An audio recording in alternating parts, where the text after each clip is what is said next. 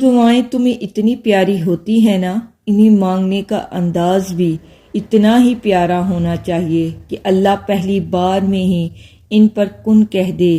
اور پتہ ہے اللہ کو اتنا پیارا انداز کب لگتا ہے؟ تہجد پڑھنے والوں کا۔ آپ کو جو چاہیے اگر آپ نے اسے تہجد میں نہیں مانگا تو کیا مانگا؟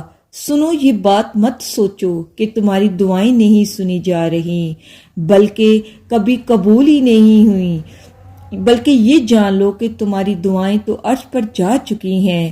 اس کے تو بس ایک کن کی بات ہے، جب تمہارے حق میں بہتر ہوگا تو اس نے کن کہہ دینا ہے انشاءاللہ، اور فیکن کے معجزے ہو جائیں گے۔ تہجد کی نماز میں معجزے کا ذریعہ ہے۔ جب تمہیں سارے راستے بند نظر آتے ہیں تب بھی وہ ایک راستہ کھول دیتا ہے، اور وہ راستہ تہجد کا ہے۔ جو کہانی تہجد تک پہنچ جاتی ہے وہ پھر کبھی بھی ادھوری نہیں رہتی۔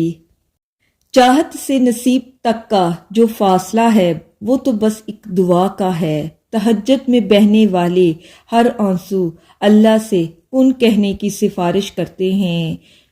تہجد کے وقت نماز کے بعد دعا مانگتے ہو تو سسکیاں بھرتے ہو اور پھر محسوس کرتے ہو کہ میرے اللہ میرے روبرو بیٹھا ہے، اور پھر اپنی ساری باتیں اللہ تعالیٰ کو بتائیں، اپنے سارے معاملات اللہ کے سپرد کر دیں۔ کسی شخص سے مانگنا، اللہ تعالیٰ سے ضد کرنا، بچوں کی طرح اپنا حق مانگنا، بہتر کرنے کے لیے دعائیں کرنا، نصیب بدلنے کا کہنا، اپنا دکھ درد بتانا، اور پھر کہنا کہ اللہ تعالیٰ یہ بندہ یہ بندی آپ کے کن کی منتظر ہے، کہہ دیجئے نا جا کے ہو جائے مکمل ہماری داستان۔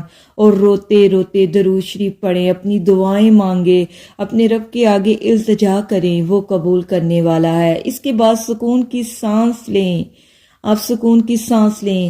تم خود اپنی دعاؤں سے اپنے مقدر لکھتے ہو، اور تمہاری دعائیں جو ہیں اس پر وہ کن کہہ دیتا ہے، تمہارے نصیب بھی بدل دیتا ہے، اور نصیب میں جو نہیں ہے وہ بھی مل جاتا ہے۔ اللہ پاک تمہاری دعاؤں کو ذریعے تمہیں آزماتا ہے، وہ تحیر اس لیے کرتا ہے تاکہ تمہارا یقین دیکھ سکے۔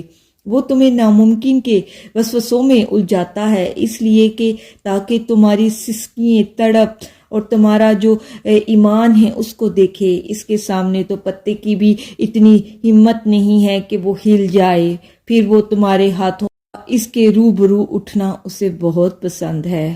یہ ہی بے وجہ ہو سکتا ہے جب وہ تمہاری دعاؤں کو قبولیت کے لیے چن دیتا ہے، تو وہ ہمارے دل میں دعا کا خیال بھی خود ڈالتا ہے۔ تم سوچتے ہوگے کہ جو مانگ رہا ہوں وہ کیسے قبول ہوگا، اور وہ تمہیں خبر ہی نہیں ہونے دیتا کہ اس نے تمہیں ہی تمہاری دعاؤں کی قبولیت کا وسیلہ بنا دیا۔ تم اور نصیب اور وقت سے لڑتے ہو، یہ سوچے بنا ہی کہ نصیب لکھنے کا اختیار تو اللہ پاک نے تمہیں دے رکھا ہے کہ اپنی دعاؤں سے جب چاہو جو چاہو بدل ڈالو۔ تمہاری دعائیں وہ سب کر سکتی ہیں جو تمہارے مقدر نہیں کر سکتا، اور دعاؤں سے تو رب بھی مل جاتا ہے۔ یہ چاہت کیا چیز ہے؟ بس تمہیں یقین رکھنا ہے کہ جو اس سے مانگ لیا جائے وہ مل کر ہی رہے گا، پھر وہ تمہیں وہاں سے دے گا جہاں سے تمہاری دعائیں بھی حیران رہ جائیں گی۔ جانتے ہو تہجد میں کتنی طاقت ہے؟ اللہ کا لاڈلا بننے کی طاقت، ناممکن کو ممکن بنانے کی طاقت، معجزات کرنے کی طاقت۔ اتنا مضبوط ہتھیار کو اٹھا لوگے تو دنیا کی ہر جنگ فتح کر لوگے۔ ٹوٹا دل تہجد میں جڑتے ہیں، بکھرتے وجود یہاں آ کر، یہاں تو ٹوٹے ہوئے لوگ سکون پاتے ہیں، اور جو خیال بھی آ جائے وہ قبول ہوتی ہے۔ تو پھر دعا کیا چیز ہے؟ تہجد اتنی قیمتی ہے کہ اللہ اگر ہمیں نہ دیتا تو ہم کبھی نہ سمجھ پاتے کہ اللہ کی محبت کس کو کہتے ہیں۔ نیند قربان کر کے جب روتی ہوئی آنکھیں اللہ کو مناتی ہیں نا، تو خواب حقیقت بن جاتے ہیں اور تعبیر ان میں بدل جاتی ہے۔ تہجد میں مانگی گئی دعا ایسے تیر کی طرح ہے جس کا نشانہ کبھی حالی نہیں جاتا۔ تم اللہ کو تہجد میں رات کی ترکی میں مناؤ اور تمہیں صبح کی روشنیوں میں کن سے نواز دے گا انشاءاللہ۔ اگر تہجد میں کوئی خاص بات نہ ہوتی تو اللہ کیوں تہجد پڑھنے والوں کے لیے پہلے آسمان پر آتے، صرف یہ پوچھنے کے لیے کہ انہیں کیا چاہیے۔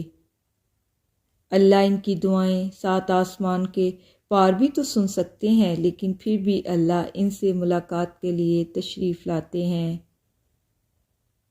تو جیسے اللہ نے تہجد کو باقی نمازوں سے جدا رکھا ہے، ویسے ہی اس نے تہجد پڑھنے والوں کو بھی سب سے جدا رکھا ہے۔ اللہ تہجد پڑھنے والوں کو سب سے خاص رکھتے ہیں اور ان کے لیے ایسی معجزات ہیں جو کسی کے لیے نہیں۔